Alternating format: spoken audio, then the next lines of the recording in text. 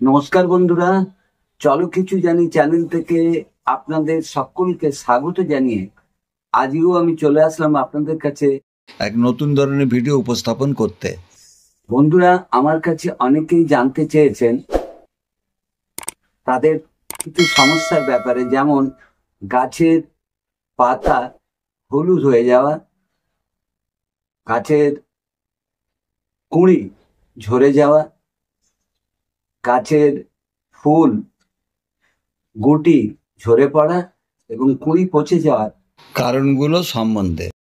তাই গাছের এই সমস্যাগুলো নিয়ে আলোচনা করব, কেন এইগুলো হয় এবং কিভাবে এর প্রতিকার করা যায়, সেই নিয়ে আজকের আলোচ্য বিষয়।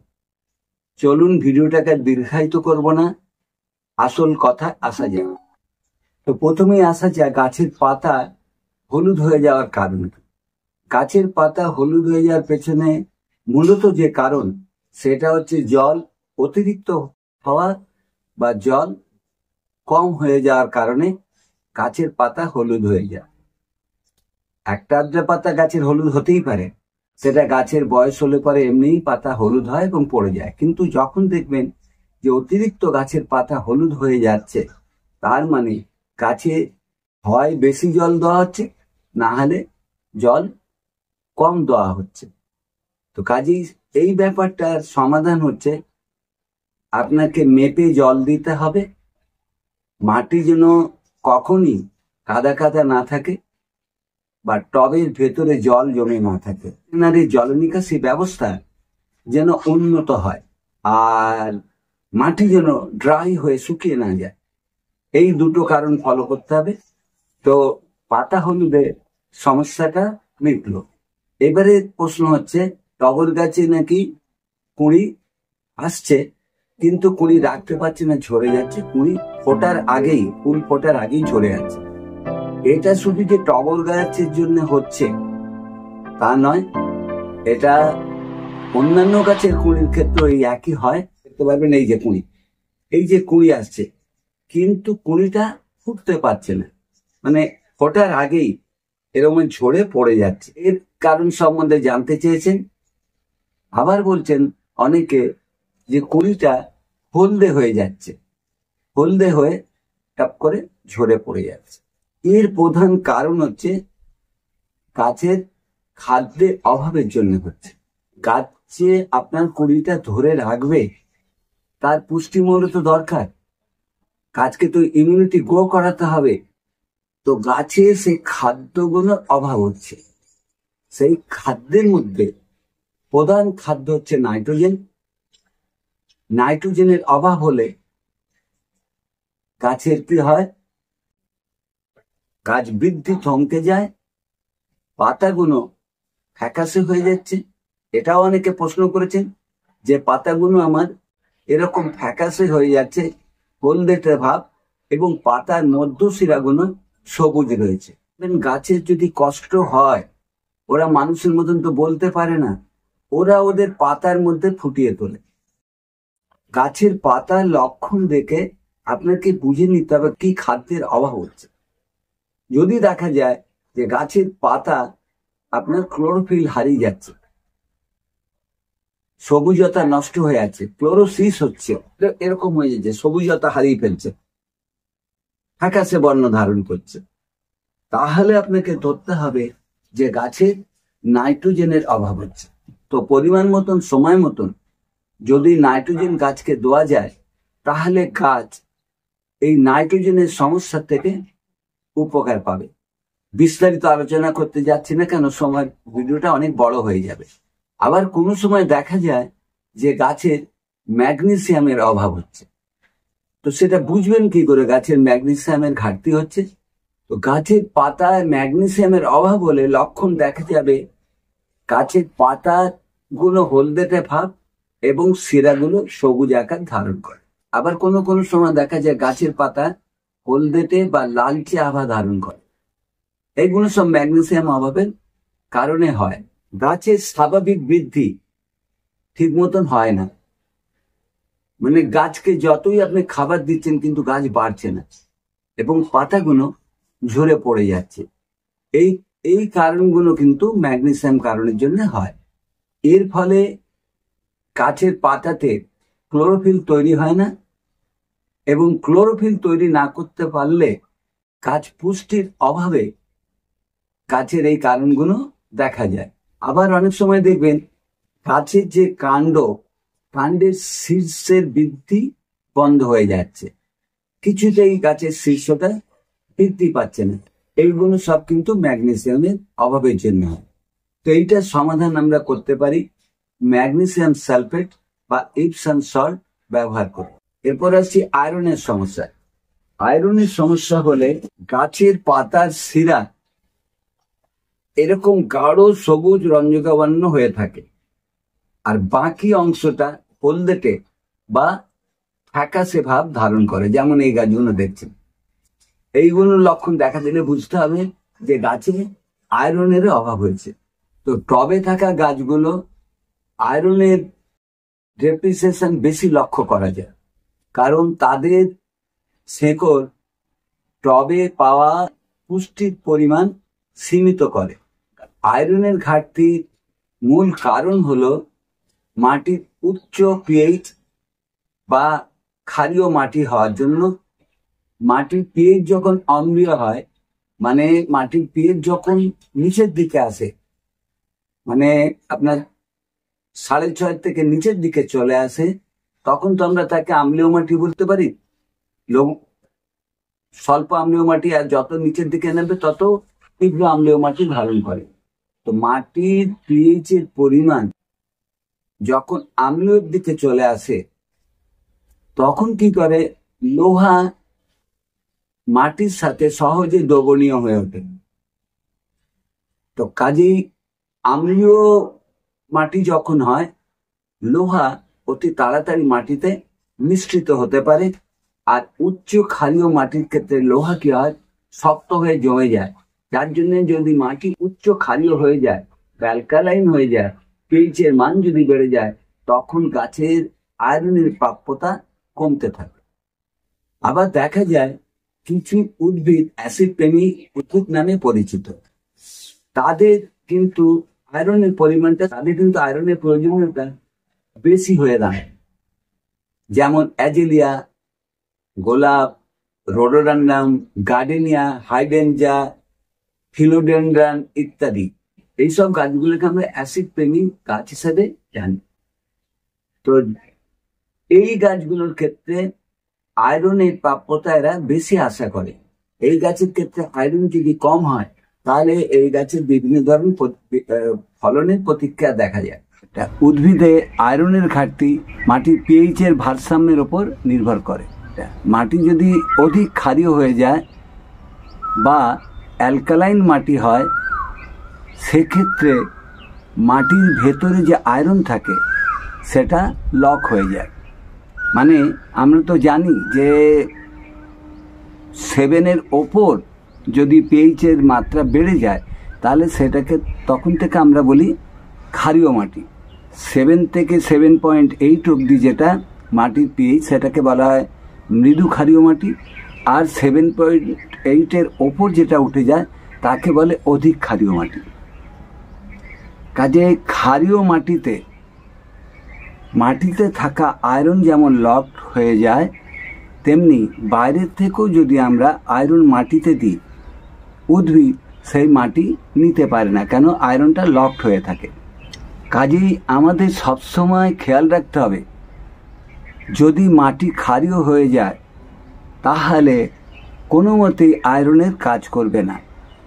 আর মাইক্রোনিউটনের একটা মূল পার্টই হচ্ছে আয়রন। যদিও কম লাগে, কিন্তু ওই মাত্রা যদি কমে যায়, আগে যে আলোচনাগুলো আমি করলাম, তাহলে উদ্ভিদের পাতার উপর সে সমস্ত প্রতিক্রিয়াগুলো ফুটে উঠবে। আর যখন মাটি মৃদু আম্লীয় থাকে, সেই সময় মাটির ভেতরে থাকা আয়রন অতি সহজে দ্রবণীয় হয়, এবং বাইরের থেকেও যদি আমরা আয়রন মাটিতে প্রয়োগ করি, সেক্ষেত্রে আয়রন কী হয়, সহজে দ্রবীভূত হয়ে যায়, যার ফলে উদ্ভিদ সহজে সেই আয়রনটাকে গ্রহণ করতে পারে। তার মানে দাঁড়াচ্ছে কি, যে অ্যাসিড প্রেমী যে সমস্ত গাছ রয়েছে, মানে মাটির পিএইচের মান 6 থেকে 6.8 অবধি যে পিএইচের মানটা থাকে তাকে আমরা বলি মৃদু আম্লীয় মাটি বা মৃদু অ্যাসিটিক মাটি। আর 6-এর নিচে যখন নেমে যায় পিএইচের মান, তখন সেই মাটিটা হয়ে যায় অধিক আম্লীয় মাটি বা অধিক অ্যাসিটিক মাটি। এই 6-এর নিচের মাটিতে যখন পিএইচ নেমে যায়, মানে অধিক আম্লীয় মাটি, সেই মাটিতে ফসল তেমন ভালো হয় না। অধিকাংশ ফসলই ভালো হয় 6 থেকে 6.8 অবধি, মানে মৃদু আম্লীয় মাটি, আর না হলে নিউট্রাল 7 অবধি ফসল ভালো হয়। যে সমস্ত গাছ অ্যাসিটিক মাটি পছন্দ করে, মৃদু অ্যাসিটিক মাটি পছন্দ করে, সেই সমস্ত গাছের ক্ষেত্রে আয়রনের খুব প্রয়োজন লাগে। অন্যান্য গাছের তো লাগেই, তো অ্যাসিড লাভার যে সমস্ত প্ল্যান্ট রয়েছে তাদের আয়রনটা বেশি লাগে। তো অ্যাসিড লাভার প্ল্যান্টগুলো কী কী? যেমন অ্যাজিলিয়া, গোলাপ, ক্যামেলিয়া, হাইডেনিয়া, হাইডেনজা ইত্যাদি ফুলের গাছ। আর ফলের মধ্যে পড়ে লেবু বা সাইট্রাস জাতীয় ফল, এছাড়া আরও ইত্যাদি কিছু গাছ আছে। এই সমস্ত গাছেতে সবার আগে আয়রনটা বেশি দরকার, যদিও অন্যান্য গাছেও লাগে, কিন্তু এই গাছগুলোর আয়রনটাকে অতি অবশ্যই প্রয়োজন। তো কাজেই আমাদের খেয়াল রাখতে হবে মাটির পিএইচটা যেন ব্যালেন্স থাকে, মানে 6 থেকে 7 নিউট্রাল অবধি আমরা মাটি ব্যবহার করলে তাহলে আমরা সমস্ত ধরনের ফসল, ফুল, সবজি, ফল সেই মাটিতে ফলাতে পারবো। শুধু আয়রন নয়, যে কোনো খাবারই মাটির পিএইচ দেখে আমাদের নিতে, মাটির পিএইচ টেস্ট করে যদি সেই খাবারগুলো আমরা পাই যে আছে ওর মধ্যে, তাহলে বাইরের থেকে যদি আমরা প্রয়োগ করি সেই খাবার, তাহলে অধিক খাবার কিন্তু গাছ নিতে পারবে না, তাতে গাছের ক্ষতি হবে। কাজেই যে কোনো ধরনের সার যদি আমরা আমাদের ব্যবহার করতে হয়, তাহলে ভালো হয় মাটির পিএইচটাকে একবার পরীক্ষা করে নেওয়া, অন্ততপক্ষে ঘরোয়াভাবে পরীক্ষা করে নেওয়া। আর মাটির এই পিএইচকে ঘরোয়াভাবে পরীক্ষা করতে হলে কিভাবে করতে হয় সে সম্বন্ধে আমার ভিডিও পোস্ট করা আছে, আপনারা মনে করলে পরে আমার চ্যানেলের লিঙ্কে গিয়ে সেই ভিডিওগুলো দেখতে পারেন। এবারে দেখা যায় গাছের পটাশিয়ামের অভাব হলে কি হয়। তো গাছে যাই অভাব হোক, গাছ তার কষ্টটা কিন্তু ফুটিয়ে তোলে পাতার মধ্যে দিয়ে। যখন পটাশিয়ামের অভাব হবে তখন গাছের পাতায় এরকম ওপর থেকে, কিনারা থেকে শুকোতে শুরু করে। দেখুন, এই যে এরকম শুকনো ভাব হবে, এই যে এই মাথার দিকগুলো থেকে শুকোতে শুরু করে এবং ধীরে ধীরে সম্পূর্ণ পাতা ফ্যাকাশে হয়ে শুকিয়ে যায়। আবার কোনো কোনো সময় দেখা যায়, এই দেখুন, এই যে পাতার ডগাগুলো দেখছেন, এই ডগার থেকে পুড়ে যাওয়ার মতন বাদামি বর্ণ হয়ে শুকোচ্ছে। এই যে সব গাছে হয় না, কিছু কিছু গাছে দেখা যায়। তো যখন দেখতে পাবেন যে গাছের পাতা ডগার থেকে শুকোচ্ছে বা বাদামি বর্ণ হয়ে যাচ্ছে, তখন আপনাকে বুঝতে হবে গাছের পটাশিয়ামের অভাব হয়েছে। তো এই পাতাগুলো যদি বিকৃত আকার ধারণ করে, তাহলে গাছ কি হবে? গাছ সালোক সংশ্লেষণ করতে পারবে না, খাদ্য তৈরি করতে পারবে না। খাদ্য তৈরি করতে না পারলেই কুঁড়ি ঠিক মতন প্রস্ফুটিত হতে পারবে না, কুঁড়ি ঝরে যাবে, কুঁড়ি হলদে হয়ে যাবে, পাতা ঝরে যাবে। তো এই খাদ্যগুলো আমরা যদি দিতে পারি গাছকে পরপর লক্ষণগুলো দেখে, কেন আপনাকে অবজার্ভ করতে হবে কখন কি সমস্যাগুলো হচ্ছে। যে সমস্যাগুলো দেখবেন তখন ধীরে ধীরে সেই খাবারগুলো যদি দিতে পারেন, তাহলে গাছ রিকভার হবে, গাছ সুস্থ হয়ে উঠবে। এইসব ছাড়াও দেখা যায় যে গাছের পাতা যে এই যে কুঁড়ি আসছে, কুঁড়িটা যে দেখুন গাছটার কুঁড়ি, এই কুঁড়িটাকে আমি ধরছি, কুঁড়িটা কিন্তু ঝরে পড়ছে না, কিন্তু দেখা যাচ্ছে কুঁড়ি ভর্তি গাছ এরকম হাত ঠেকালে বলে টক করে হাতে ঝরে পড়ছে। এর কারণটা কি? খাবার তো দিয়েছেন সব রকমের, জলও মেপে দিচ্ছেন, তাহলে আপনার গাছেতে বিভিন্ন ধরনের পোকামাকড় আক্রমণ করছে। যে পোকাগুলো বিশেষ করে কুঁড়িকে নষ্ট করে, কুঁড়ির পাপড়ি খোলার আগেই আপনার ঝরে যাচ্ছে, সেই পোকাগুলোর মধ্যে জাপ পোকা হচ্ছে মারাত্মক পোকা। এই জাপ পোকা এসে কি করে, এই কুঁড়ির ডগায়, এই গোড়াটায় এরা বসা শুরু করে, ঝাঁকে ঝাঁকে আসে এবং ঢুকে গিয়ে কুঁড়ি চারধারে ঘিরে ফেলে। কোনো কুঁড়িকে নিয়ে যখন আপনি হাতে ঠোকা দেবেন, দেখবেন কালো কালো খুব ক্ষুদ্র ক্ষুদ্র ধুলোর মতন হাতের মধ্যে পড়ছে, তার মানে ওটা জাপ পোকা। এই জাপ পোকা কি করে, কুঁড়ির গোড়ার থেকে রসগুলো চুষে খেয়ে ফেলে। চুষে খাওয়ার ফলে কি হচ্ছে, কুঁড়িটাকে হাত দিয়ে এরকম ভাবে একটু নাড়াচাড়া করতে হয় না, একটু ঠেকালে পরেই ছুঁড়ে পড়ে যায়। মানে ওখানে ধরে রাখার ক্ষমতা কুঁড়ি আর থাকে না, বা কুঁড়ি হলদে হয়ে ঝরে পড়ে। তো এটা হচ্ছে জাপ পোকা দ্বারা আক্রান্ত হতে পারে। হোয়াইট সাদা মাছির জন্য হতে পারে। সাদা মাছি এসে কি করে, বসে পাতার পেছনে বসে রস চুষে খায়। জাপ পোকাও পাতার পেছনে বসে রস চুষে খায়। আর গাছে যদি কুঁড়ি থাকে, গাছ ভর্তি কুঁড়ি থাকে, তাহলে তো মহা আনন্দ, খুব আনন্দে তারা কুঁড়িগুলো রসগুলো ডগা থেকে খাওয়া শুরু করে। আর গাছে ফুল ফুটতে দেয় না, ফুল ফোটার আগেই কুঁড়িগুলো টপ করে ঝরে যায়। তো এই হোয়াইট ফ্লাই বা সাদা মাছি বা জাপ পোকাকে আমরা কিভাবে দমন করতে পারি? তো একে জৈবভাবে যদি আমরা দমন করি, তাহলে আমাদের কি করতে হবে, নিম তেল আমরা ব্যবহার করতে পারি, সম্পূর্ণ জৈব নিম তেল দ্বারা এদের মানে তার সঙ্গে সাবান বা ডিটারজেন্ট বা শ্যাম্পু পরিমাণ মতন দিয়ে আমরা গাছের পাতাতে স্প্রে করলে, কুঁড়িতে স্প্রে করলে, নিয়মিতভাবে 4-5 দিন ছাড়া যদি স্প্রে করতে পারি, তাহলে সেই পোকাগুলো নিয়ন্ত্রণ করতে পারবে। অথবা নিম জল প্রয়োগ করতে পারি। যদি আপনাদের কারো সময় না থাকে এগুলো করতে, তাহলে বাজারে জৈব ওষুধ পাওয়া যায়, কাকা পাওয়া যায়, সুপার সোনাটা পাওয়া যায়, জৈব বায়োম্যাক্স, সর্বশক্তি, এইগুলো সব জৈব কীটনাশক। এইগুলোকে আমরা তাদের যে নির্দিষ্ট মাত্রা 1 থেকে 2 ml 1 লিটার জলে গুলে ভালোভাবে মিশিয়ে গাছে স্প্রে করলে জৈবভাবে এই কীটনাশকগুলোকে নিয়ন্ত্রণ করতে পারি। যদি জৈবভাবেও এই কীটগুলোকে আমরা নিয়ন্ত্রণ করতে না পারি, তার মানে প্রচুর পরিমাণে এরা গাছে বসবাস শুরু করে দিয়েছে, জৈব তো নিয়ন্ত্রণ হচ্ছে না, এখন আমাদের রাসায়নিক কীটনাশক দেওয়ার চিন্তা করতে হবে। সেই রাসায়নিক কীটনাশকের মধ্যে অ্যামিডাক্লোপ্রিড গ্রুপের যে কোনো কীটনাশক আমরা ব্যবহার করতে পারি। 1 থেকে 1.5 ml 1 লিটার জলে গুলে আমরা গাছে স্প্রে করতে পারি। তাহলে এই ধরনের শোষক পোকার থেকে গাছকে সুরক্ষা দিতে পারি। এছাড়াও দেখা যায় যে কুঁড়িগুলো পচে যাচ্ছে, কুঁড়ি হচ্ছে, গাছ ভর্তি কুঁড়ি হচ্ছে, কুঁড়িগুলো ঠিক মতন প্রস্ফুটিত হচ্ছে না, ফুটবার আগেই কুঁড়িগুলো পচে হলদেটে ভাব হচ্ছে, হলদেটে ভাব হয়ে পচে আর শুকিয়ে ঝরে পড়ে যাচ্ছে। এই দেখুন, এই গাছটায় কুঁড়ি এসেছিল, কুঁড়িগুলো সমস্ত পচে গিয়ে শুকিয়ে এই গাছে ঝুলছে। এই দেখুন, এরকম হয়ে কুঁড়িগুলো নষ্ট হয়ে যাচ্ছে। তো এটা কিন্তু ব্যাকটেরিয়ার কারণ। তো ব্যাকটেরিয়া দ্বারা আক্রান্ত হতে পারে বা ছত্রাক দ্বারা আক্রান্ত হতে পারে। যদি ছত্রাকের কারণে হয়, তাহলে যে কোনো ধরনের কপার অক্সিক্লোরাইড গ্রুপের ছত্রাকনাশক 2 থেকে 3 গ্রাম 1 লিটার জলে গুলে 7 থেকে 10 দিন ছাড়া ছাড়া আপনার গাছেতে স্প্রে করতে হবে।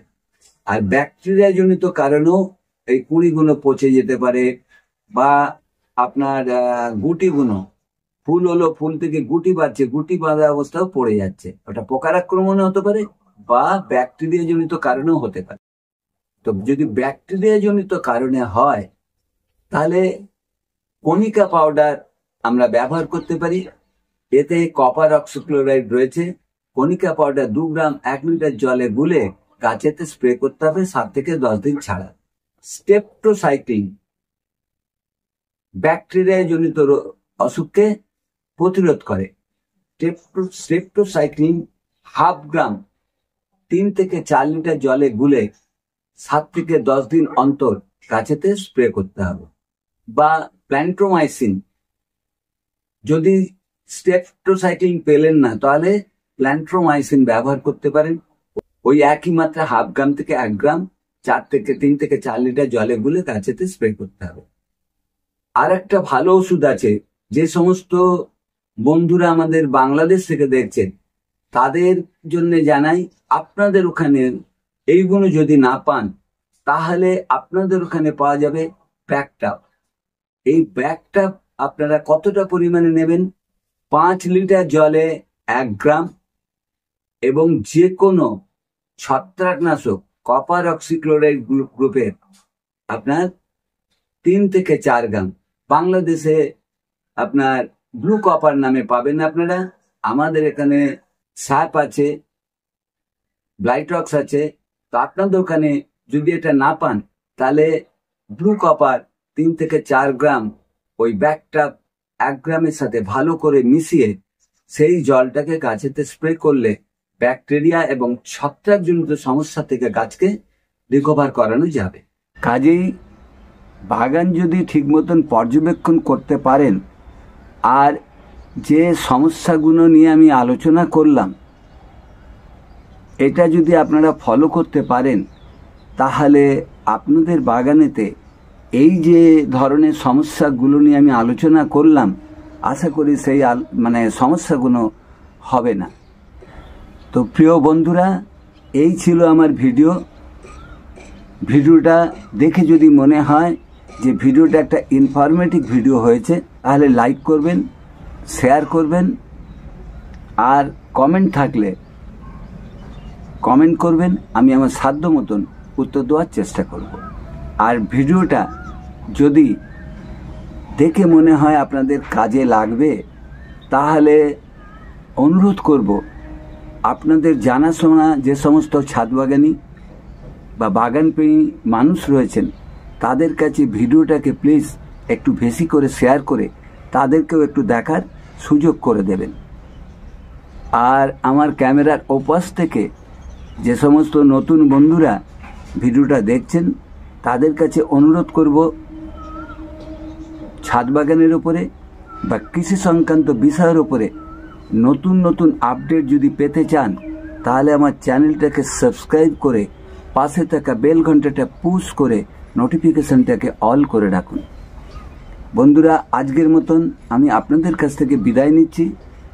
আবার আপনাদের সঙ্গে দেখা হবে, কথা দিচ্ছি, ঠিক 3 দিন বাদে অন্য কোনো ধরনের ভিডিওর সাথে। ততদিন আপনারা খুব ভালো থাকুন, সুস্থ থাকুন। ধন্যবাদ বন্ধুরা।